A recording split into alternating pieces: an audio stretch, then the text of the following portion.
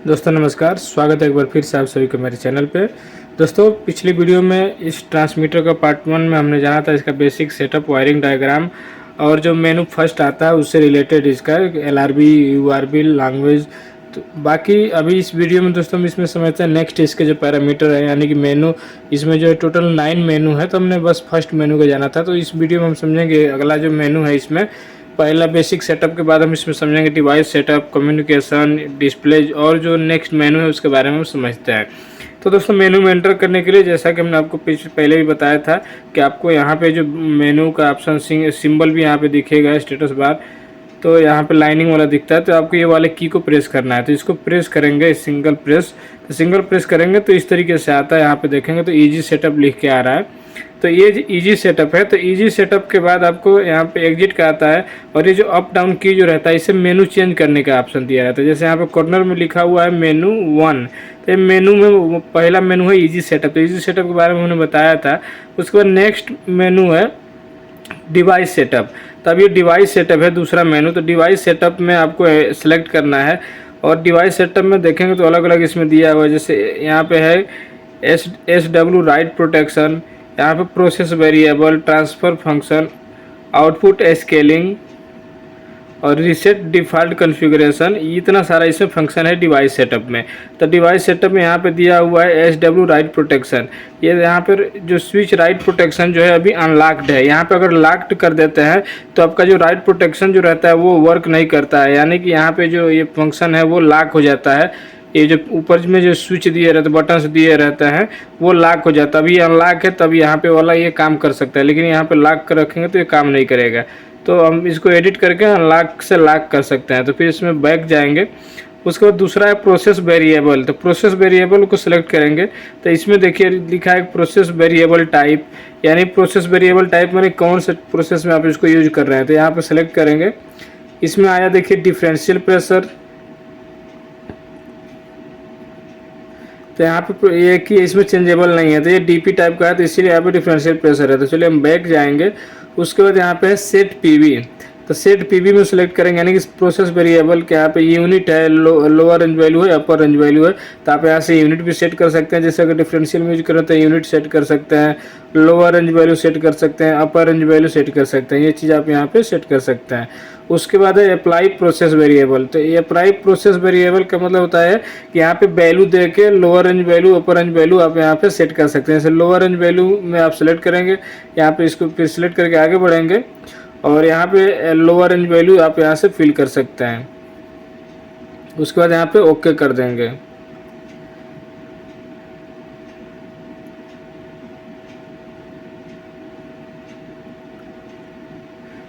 तो ये हो गया दोस्तों। अभी चलेंगे बैक और इसी तरीके से अपर रेंज वैल्यू जो है यहाँ पे अप्लाई करके आप सेट कर सकते हैं, यानी कि प्रेशर इस पे अप्लाई करना है अपर रेंज वाला और उसके बाद इसमें अपर रेंज वैल्यू में उसको सेट कर देना है। तो फिर बैक चलेंगे। बैक जाएंगे, निचला है पैरेलल शिफ्ट। तो यहाँ पे सिर्फ परसेंटेज वैल्यू जो है उसको पैरेलल शिफ्ट करने का यहाँ पे ऑप्शन दिया गया रहता है। चलिए इसको छोड़ देते हैं। और नेक्स्ट है यहाँ पे process variable bias. Process variable bias का यहाँ पे है कि set process variable to 0, set process variable to value, reset process variable bias. यहाँ पे इसका प्रोसेस वेरिएबल को 0 सेट करने के लिए या फिर यहाँ पे किसी स्पेशल वैल्यू सेट करने के लिए या फिर रीसेट करने का यहाँ पे ऑप्शन दिया रहता है। उसके बाद यहाँ पे इसमें इतना ही है प्रोसेस वेरिएबल में। उसमें यहाँ पे दिया है ट्रांसफ़र फंक्शन। उसके बाद है आउटपुट स्केलिंग। आउटपुट स्केलिंग का यहाँ पे जो डैम्पिंग है, यूनिट है, लोअर रेंज वैल्यू, अपर रेंज वैल्यू, ये सारा इसमें रहता है। आउटपुट स्केलिंग करने के लिए इसमें ऑप्शन दिया रहता है। तो डैम्पिंग में हमने पहले ही बताया था कि डैम्पिंग में जो रहता है आउटपुट जो चेंज होता है उसके लिए सिलेक्ट करते हैं कि कितना बढ़ेगा तो आउटपुट चेंज हो जाएगा। उसके बाद यहाँ पे यूनिट रहता है। तो यूनिट यहाँ पे प्रेशर फ्लो जो है आप यहाँ पे सिलेक्ट कर सकते हैं। यूनिट प्रेशर है कि फ्लो है कि मास है। जैसे हम यहाँ पे प्रेशर है तो प्रेशर में करेंगे। उसके बाद सिलेक्ट करेंगे और प्रेशर में देखिए यहाँ पे इनवैलिड दिखा रहा है तो यहाँ पे एडिट करेंगे और एडिट करके यहाँ पे अभी सेट कर सकते हैं। जैसे जो चीज़ आपको यहाँ पे रखना है वो चीज़ आप यहाँ से सिलेक्ट कर सकते हैं।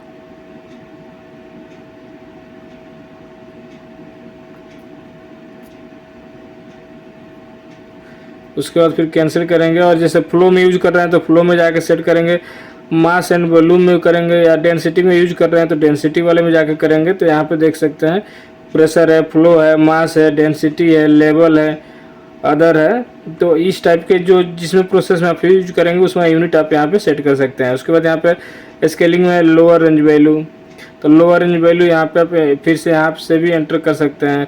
फिर अपर रेंज वैल्यू है, इतना सारा इसमें दिया हुआ है ये आउटपुट स्केलिंग में।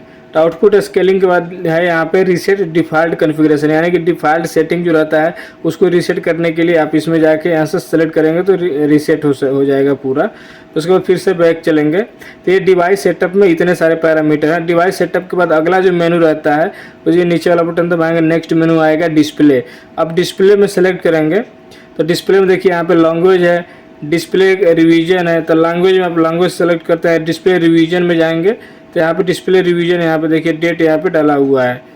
तो इसमें हम बैक जाएंगे। उसके बाद कंट्रास्ट है, तो कंट्रास्ट में यानी कि आप यहाँ पे जो कंट्रास्ट अभी देखिए 50 है, आप इसको कम ज़्यादा कर सकते हैं। यहाँ से एडिट करेंगे तो हम इसको बढ़ाएंगे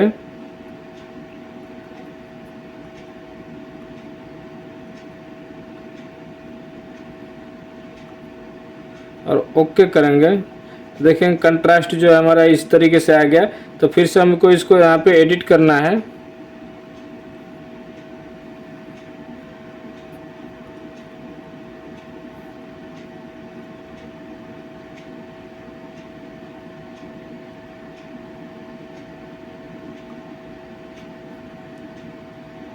तो देखिए इस तरीके से हमारा ये आ जाता है कंट्रास्ट। तो इसमें आप ये डिस्प्ले का जो कंट्रास्ट है यानी कि जो इसका ब्राइटनेस है वो कम ज़्यादा कर सकते हैं।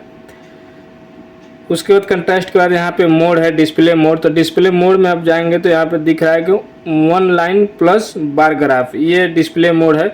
इसमें एडिट में जाएंगे तो अलग अलग ऑप्शन दिया रहता है। जैसे पहला है कि 1 line plus bar graph, 2 lines, उसके बाद 2 लाइन्स प्लस बार ग्राफ। तो आपको क्या चीज़ देखना है, जैसे मान लीजिए हमको 2 लाइन प्लस बार ग्राफ करना है तो यहाँ पे जाएंगे 2 लाइन प्लस बार ग्राफ करेंगे, इसमें ओके कर देंगे। तो उसके बाद फिर बैक चलेंगे। तो मोड के बाद जो नेक्स्ट वाला है लाइन 1 व्यू, लाइन 1 व्यू मतलब कि पहले लाइन में आपको क्या देखना है तो उसका रहता है कि लाइन 1 में आपको क्या देखना है। तो यहाँ पे प्रेशर सेट है तो आप यहाँ से चेंज भी कर सकते हैं। जैसे प्रेशर देखना है कि फिर ये चीज़ हमने पहले मेनू में भी बता दिया था। तो चलिए बैक चलेंगे और लाइन 1 वाले के बाद लाइन 2 में जाना है कि लाइन 2 में आपको क्या देखना है। तो लाइन 2 में देखिए यहाँ पे करंट आउटपुट है तो वो है सेट किया गया, आप चेंज भी कर सकते हैं। उसके बाद है कि बार व्यू, यानी कि जो इसमें प्रोसेस बार है उसमें आपको क्या देखना है। तो यहाँ पे देखिए करंट आउटपुट है, तो करंट आउटपुट है तो यहाँ पे आप इसको परसेंटेज वाला भी अब हम ऐसे सेट कर देते हैं तो परसेंटेज वैल्यू दिखाएगा। तो उसके बाद फिर बैक चलेंगे।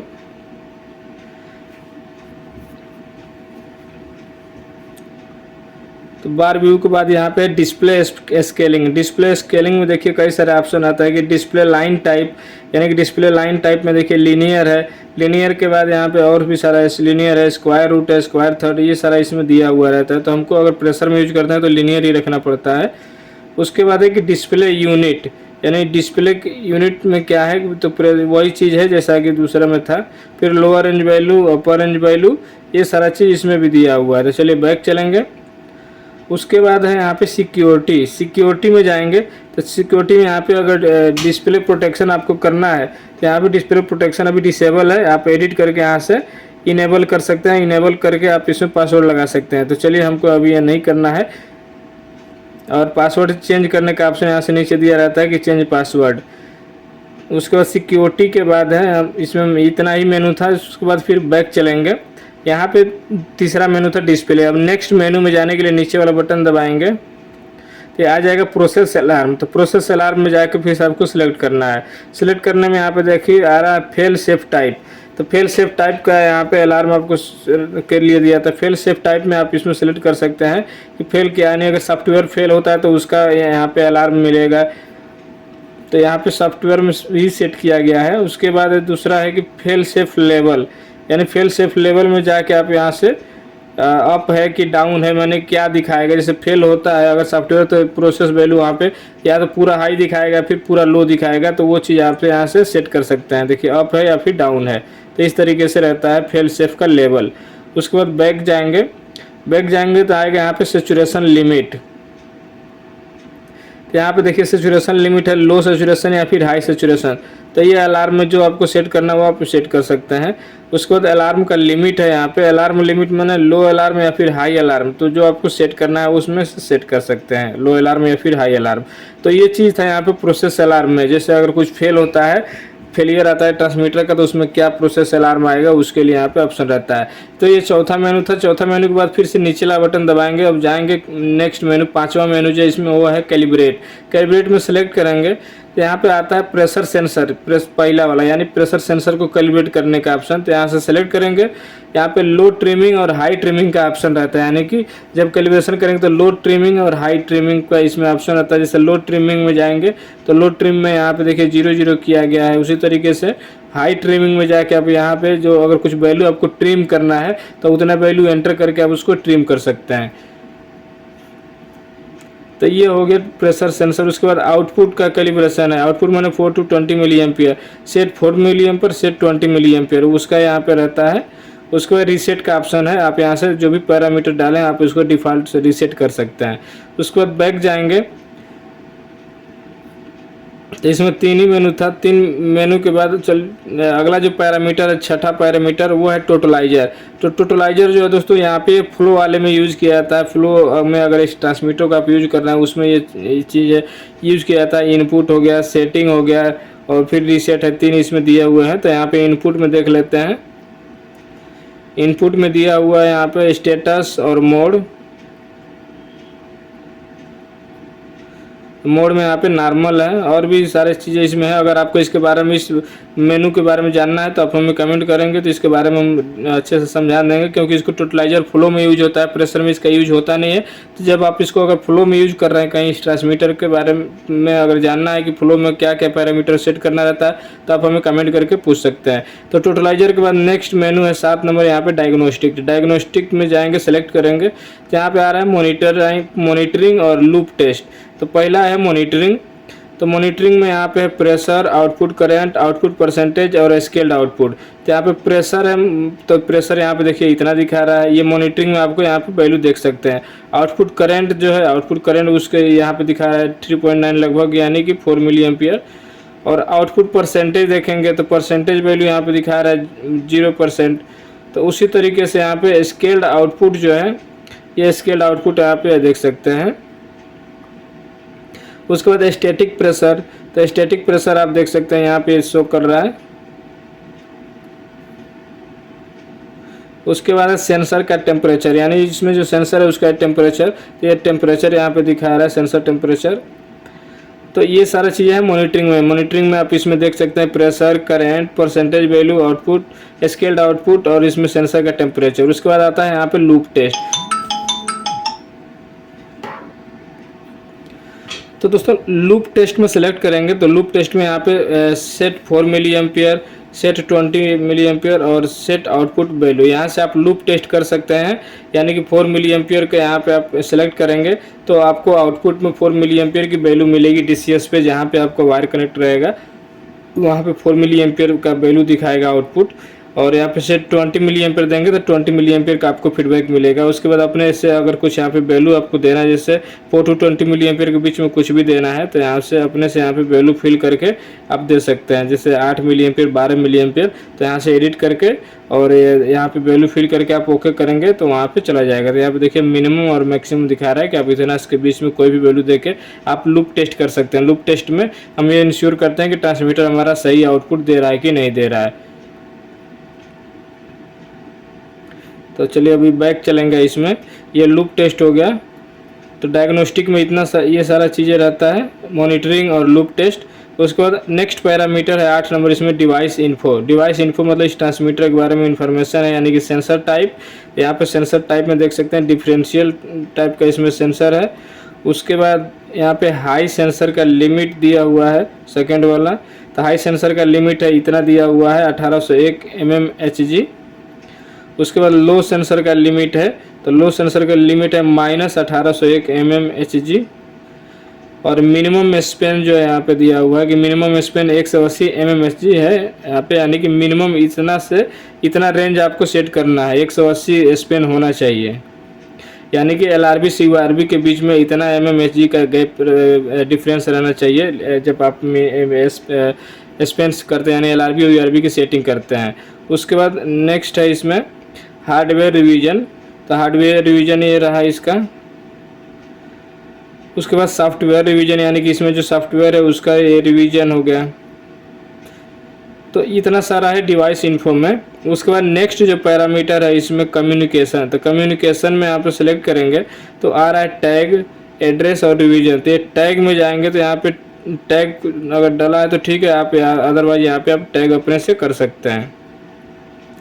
फिर बैक जाएंगे, बैक जाने के बाद यहाँ पे एड्रेस है, तो एड्रेस आप यहाँ पे देखिए 0 है तो एड्रेस भी आप इसमें सेट कर सकते हैं। उसके बाद ये रिवीजन है, तो रिवीजन ये हमें इसे कोई काम नहीं है, जब हमें कुछ कम्युनिकेशन कराना होता है उस दौरान इसका ध्यान रखना होता है। तो ये था कम्युनिकेशन। कम्युनिकेशन के बाद फिर से फर्स्ट मेनू पे आ गए ईजी सेटअप पे। तो इसमें टोटल 9 मेनू है और हर मेनू में इसके अलग अलग पैरामीटर हैं। तो दोस्तों अगर इसमें जब हम प्रेशर में यूज करते हैं तो इसमें बेसिक सेटअप हमें करना रहता है, ज़्यादा सेटिंग नहीं करना रहता है। जैसे कि हमको LRB URB सेट करना रहता है और हमें कैलिब्रेट प्रॉपर करने के लिए हमें ये प्रेशर में कौन सा यूनिट हमको चाहिए वो यूनिट प्रॉपर सेट कर लेते हैं। और प्रेशर का जैसे बताया कि लोअर रेंज वैल्यू, अपर रेंज वैल्यू और आउटपुट का जो स्केलिंग है वो सेट करना है, यानी 4 मिली एम्पियर, 20 मिली एम्पियर। और उसके बाद ये सारी चीज़ें सेट करने के बाद फिर आउटपुट में आपको डिस्प्ले में क्या क्या देखना है और आपको आउटपुट वहाँ से जो DCS में मिल रहा है वो सारी चीज़ें आपको मैच करा लेना है। बस इतना प्रेशर में आपको ध्यान देना रहता है जब हम प्रेशर में करते हैं। तो जब इसको लेकिन जब हम DP में करते हैं तो DP में कुछ अलग आपको इसमें सेटिंग थोड़ा सा करना पड़ता है। लेकिन जब इसको हम फ्लो में यूज करते हैं इस ट्रांसमीटर को DP टाइप फ्लो मेजरमेंट करने के लिए, तो फिर अलग अलग इसमें पैरामीटर सेट करने रहते हैं। जब हम इसको tank level measurement DP type level measurement में यूज करते हैं तो फिर उसमें अलग अलग पैरामीटर सेट करने होते हैं। तो अगर आपको लेवल वाले पैरामीटर जानना है तो आप हमें कमेंट करके पूछ सकते हैं। अगर आपको फ्लो के बारे में जानना है कि फ्लो में जब हम यूज करते हैं तो क्या क्या पैरामीटर इसमें सेट करने रहते हैं, तो उसके बारे में जानना हो तो आप कमेंट करके पूछेंगे, उसके बारे में हम अलग से आपको वीडियो लेके आ जाएंगे। तो दोस्तों अगर वीडियो अच्छा लगा तो वीडियो को लाइक कीजिएगा, मेरे चैनल पर नए हैं तो चैनल को प्लीज़ जरूर सब्सक्राइब करें और अपने दोस्तों को शेयर करें ताकि उनके भी जानकारी मिल सके। तो चलिए दोस्तों मिलते हैं फिर नेक्स्ट वीडियो में।